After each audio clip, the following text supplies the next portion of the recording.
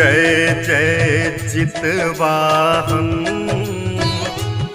प्रभु जय जय चितवाहन। अहिक कृपा केर बल सो, अहिक कृपा केर बल सो चल रहलै जीवन।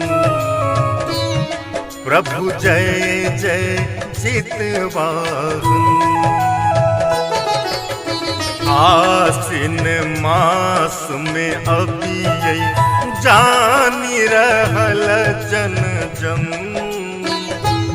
प्रभु जानी रहल जन जन। अष्टमी तिथि अछि निज गुत, अष्टमी तिथि अछि निज गुत। अन्हरिया पख सदिखन। प्रभु जय जय चितवाहन।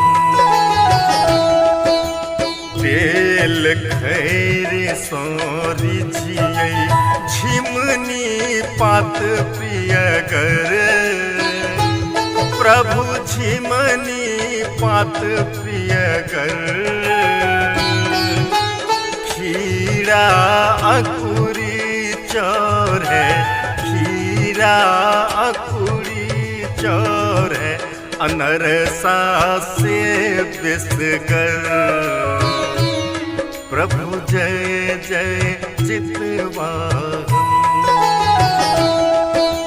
मरुआ केर बर मोजर माछो निश्चय चाही। माछो निश्चय चाही।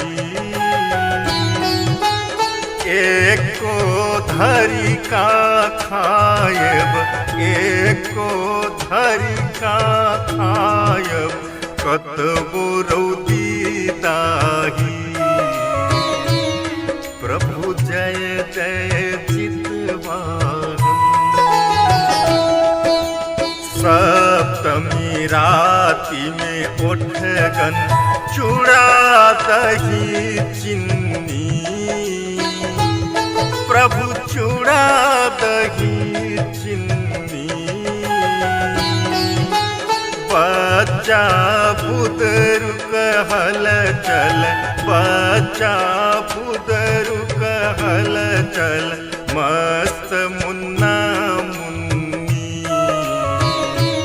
प्रभु जय जय चितवाहन।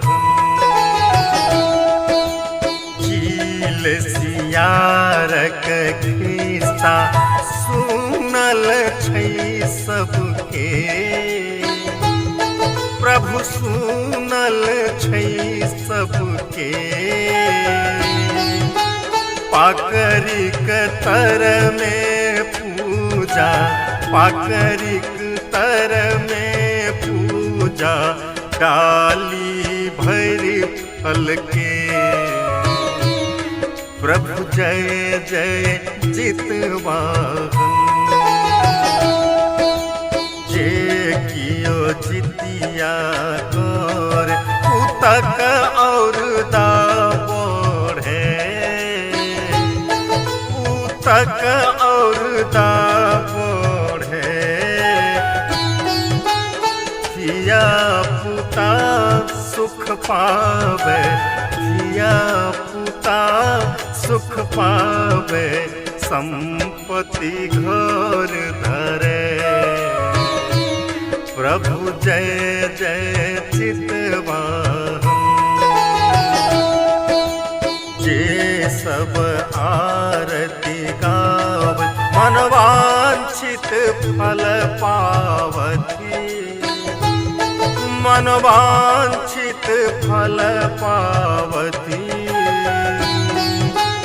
मणिकांत मन कही रहलनि, मणिकांत मन कही रहलनि। निज घर लक्ष्मी लावती।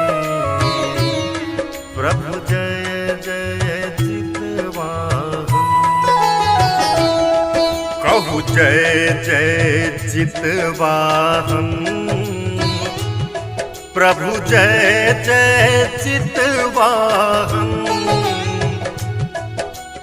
अहिक कृपा केर बल सो, अहिक कृपा केर बल सो चल रहलै जीवन।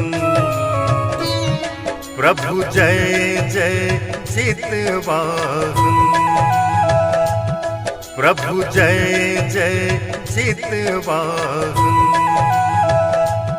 प्रभु जय जय चितवाहन, प्रभु जय जय चितवाहन।